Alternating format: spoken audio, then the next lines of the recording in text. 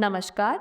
मैं डॉक्टर अंशिका लेकी, gynaecologist and IVF specialist, और आज हम आपके पास लेके आए हैं अपनी अगली स्टोरी। सो ये स्टोरी हमारी एक बड़ी स्वीट सी पेशेंट की थी, जो एक यंग कपल था, 25 ईयर्स ओल्ड, और जिसमें जो उनके हस्बैंड थे, वो एक मोबाइल शॉप पे काम करते थे, और जो वाइफ थी वो बस कंडक्टर थी स्कूल के अंदर। और ये स्टोरी है कोविड से पहले की। तो इन पेशेंट को कोई मेरे पास लेके आया था, कोई एक नोन कह लीजिए, वो मेरे पास इस पेशेंट को लेके आए थे। बहुत वेल टू डू पेशेंट नहीं था, बट बदकिस्मती से हस्बैंड को एजोस्पर्मिया था, यानी कि उनका सीमेन काउंट जो था वो बिल्कुल नील था। हमने उनके टेस्ट भी कराए, बट किसी भी ट्रीटमेंट के बाद और सब कुछ उनका स्पर्म काउंट जो था वो इम्प्रूव नहीं हो सकता था। उनको जेनेटिक इशू था, जिसके चलते हम स्पर्म को इम्प्रूव नहीं कर सकते थे उस केस में। जब जो एजोस्पर्मिया जो होता है वो दो तरीके से हो सकता है, एक एक्वायर्ड हो सकता है, एक कंजेनाइटल हो सकता है। तो कंजेनाइटल यानी कि जो जन्म से प्रेजेंट है, और दूसरा होता है जो एक्वायर्ड होता है। एक्वायर्ड यानी कि किसी कारणवश वो हुआ है और उस कारण को आप सही कर सकते हैं। तो पहले तो हमने उनकी वो टेस्टिंग कराई थी सारी, जिससे हमें पता चले कि ये कंजेनाइटल है या एक्वायर्ड है। तो इवेंचुअली हमें पता चला था कि ये कंजेनाइटल है, जिसको हम बदल नहीं सकते थे, जिसको इम्प्रूव नहीं कर सकते थे। तो अब ये चीज हो गई थी कि उस पेशेंट को डोनर स्पर्म ही लेना पड़ेगा। ठीक है, अभी जब वो मरीज आए थे तब तक स्टोरी इतनी ही थी कि भाई पेशेंट को जो हस्बैंड है, जो मेल पार्टनर है, उनके अंदर स्पर्म काउंट नील है या उन्हें एजोस्पर्मिया आ रहा है। ठीक है, अब ये डिसाइड हो गया जी, हम इनके लिए जो है डोनर स्पर्म लेंगे और डोनर स्पर्म से इनका आईयूआई करेंगे। अब जब हमने आईयूआई के करने के लिए जब पेशेंट का एग्जामिनेशन किया, जब हमने स्कैन करने शुरू किए, तो हमें ये रियलाइज हुआ कि पेशेंट को एक वजाइनल सेप्टम था, यानी कि जो उनकी वजाइना थी उसके अंदर एक झिल्ली प्रेजेंट थी। सडनली जब पेशेंट को ये चीज बताई, तो पेशेंट को थोड़ा सा ऐसा, मोस्टली मरीजों को ऐसा हो जाता है कि डॉक्टर हमें गलत बता रहा है, डॉक्टर तो जो है ना पैसा बनाने के लिए हमें कुछ भी स्टोरी बना रहा है। वो मरीज किसी और के पास गए, उन्होंने वहां जाके दिखवाया, उन्होंने उनको बोल दिया, उन्होंने उनको चेक भी नहीं ठीक से किया, उन्होंने उन्हें बोल दिया कि नहीं नहीं, तुम्हारी तो बच्चेदानी ही नहीं है, तुम्हें तो डॉक्टर ने झिल्ली गलत बताई है, झिल्ली तो छोड़ो, तुम्हारी तो बच्चेदानी भी नहीं है। ठीक है, अब वो उनको और ज्यादा ऐसे शॉक लग गया। फिर वो तीसरे डॉक्टर के पास गए। अब वो तीसरे डॉक्टर के पास जब गए तो उसने उन्हें बोला, बेटा तुम्हें जो डॉक्टर ने बताया वो सही बताया, तुम्हारे तो पर्दा है, तुम्हारी वजाइना के अंदर पर्दा है, जिसके चलते तुम्हें बच्चा करने में दिक्कत होगी, और तुम एक काम करो, तुम ना ऑपरेशन करा लो, इसके लिए पहले हम ऑपरेशन करेंगे, ऑपरेशन करके तुम्हारा पर्दा काटेंगे, रास्ता बनाएंगे और सब कुछ। उसके बाद वो मरीज वापसी मेरे पास आ गए।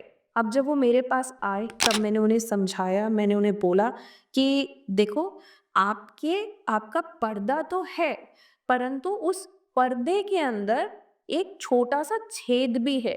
उसके लिए हमें कुछ स्पेशल इंस्ट्रूमेंट्स यूज करने पड़ेंगे, बट हम वो स्पेशल इंस्ट्रूमेंट्स यूज करके आपका ट्रीटमेंट कर सकते हैं, हमें ऑपरेशन की जरूरत नहीं पड़ेगी।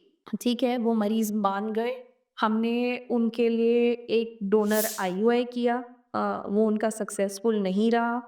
उसके बाद पेशेंट का ये था, नहीं मैडम, हमें आईयूआई नहीं कराना, क्योंकि हमारे पास इतने पैसे नहीं हैं, हम बार बार ट्रीटमेंट नहीं करा सकते, और आईयूआई के साथ एक लिमिटेशन है कि आईयूआई का सक्सेस रेट जो है वो लिमिटेड है।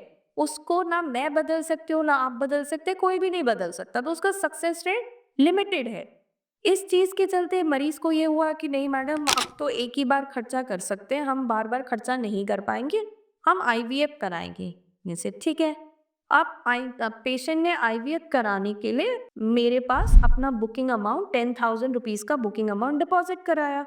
पेशेंट ने बोला, मैम अभी हमारा कुछ फेस्टिवल चल रहा है, और हम फेस्टिवल के बाद अगले महीने, अगले के अगले महीने आईवीएफ कराएंगे, हम आपको कॉल कर देंगे। उसके बाद सडनली कोविड आ गया।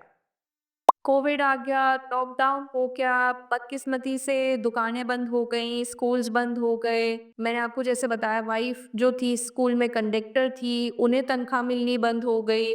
हस्बैंड दुकान में मोबाइल की शॉप में बंद काम करते थे, वो शॉप बंद हो गई, उनके पास पैसे की बहुत तंगी हो गई, बहुत ही मुश्किल से उनका गुज़ारा हो पा रहा था। लगभग 3-4 महीने हो गए होंगे कोविड को, तो उनका मेरे पास एक दिन फ़ोन आया कि मैडम, हमारे पास तो घर का किराया देने के लिए भी पैसे नहीं बचे हैं, तो हमारी आपसे दरख्वास्त है कि आपके पास हमारे 10,000 रुपए पड़े हैं, क्या आप हमें वापस कर देंगे? आई सेड कोई बात नहीं बेटा, अगर इतनी इतनी तंगी आपको आ रही है तो ट्रीटमेंट तो बहुत बात की चीज़ है। ट्रीटमेंट तो आपने कराना, आप कभी भी करा लोगे, कोई दिक्कत नहीं है, आप मेरे पास आ जाओ, आप अपने पैसे ले जाओ। मैंने उन्हें वो पैसे, पूरा का पूरा अमाउंट मैंने उन्हें वापस किया। वो पैसे ले गए, उन्होंने अपना किराया उससे दिया, कैसे-तैसे उन्होंने अपना काम चलाया उस दौरान।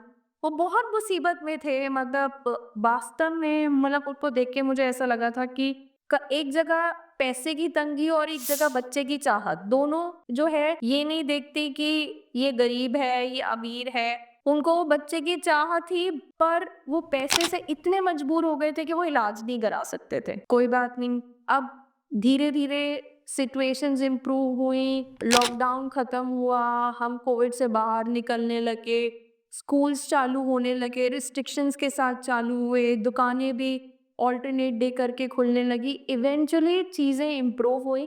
आई थिंक लगभग साल, 1.5 साल के बाद उस पेशेंट का मुझे एक दिन अचानक से कॉल आया कि मैडम, जो है ना, अब 6 महीना हो चुका है और दुकान भी खुल रही है और जो है मेरा स्कूल भी खुल रहा है। मैडम, हमें तो ट्रीटमेंट कराना है। मैंने तब भी उनको ये बोला कि बेटा कोई बात नहीं, अभी भी सिचुएशन ऐसी चल रही है जहाँ पे हम पूरी तरह कोविड से बाहर नहीं आए हैं। आप स्टिल अभी सोच लो, कोई दिक्कत नहीं है, आप साल बाद भी ट्रीटमेंट करा लोगे तो कुछ नहीं होगा।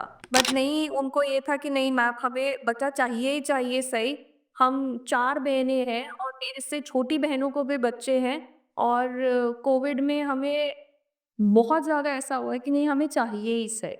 फाइनेंशियली उस पेशेंट की जितनी मदद कर सकते थे, हमने उस पेशेंट की मदद करी। पेशेंट ने कैसे-तैसे अपने पैसे अरेंज करे और उसने वो आईवीएफ साइकिल कराई। उसको पहले ही अटेम्प्ट में प्रेगनेंसी हुई, उसको ट्विन्स हुए और वो पेशेंट इतनी खुश थी ना, मतलब उसकी वो मेहनत सफल हो गई थी और मतलब अलग ही लेवल की थी, जहाँ उसको पैसे की तंगी, हर चीज़ के बाद उसने वो स्टेप लिया था।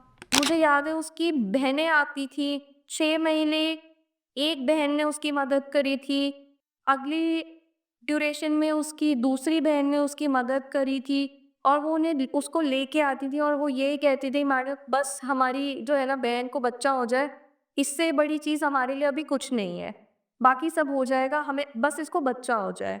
अब उसे ट्विन प्रेगनेंसी थी, लड़की काम भी करना चाहती थी, बट अनफॉर्चुनेटली उसके जो बच्चे की अव्वल नाल थी, वो नीचे थी, जिसके चलते वो काम नहीं कर पाई थी प्रेगनेंसी में। उसने कैसे-तैसे अपने वो 9 महीने निकाले थे। 9 महीने के बाद जब उसे वो बच्चे हुए थे, तो वो इतनी खुश थी, उसकी 1 बेटी, 1 बेटा था। वो बच्चे लेके स्पेशली मेरे से मिलने आए थे, तो उसकी खुशी बहुत ही अलग लेवल की थी। कहीं न कहीं उसके साथ हमने ये रियलाइज़ किया था कि बच्चे की चाह जो है वो पैसे से सीमित नहीं है। उसने वो डायरेक्शन ली थी, उसने वो सब किया और कहीं न कहीं वो जो चाहती थी वो उसे मिला भी सही। अब उसके बच्चे मेरे हिसाब से 2-3 साल के हो गए हैं और बहुत ही खुश है। ये थी आज की हमारी स्टोरी। Thank you.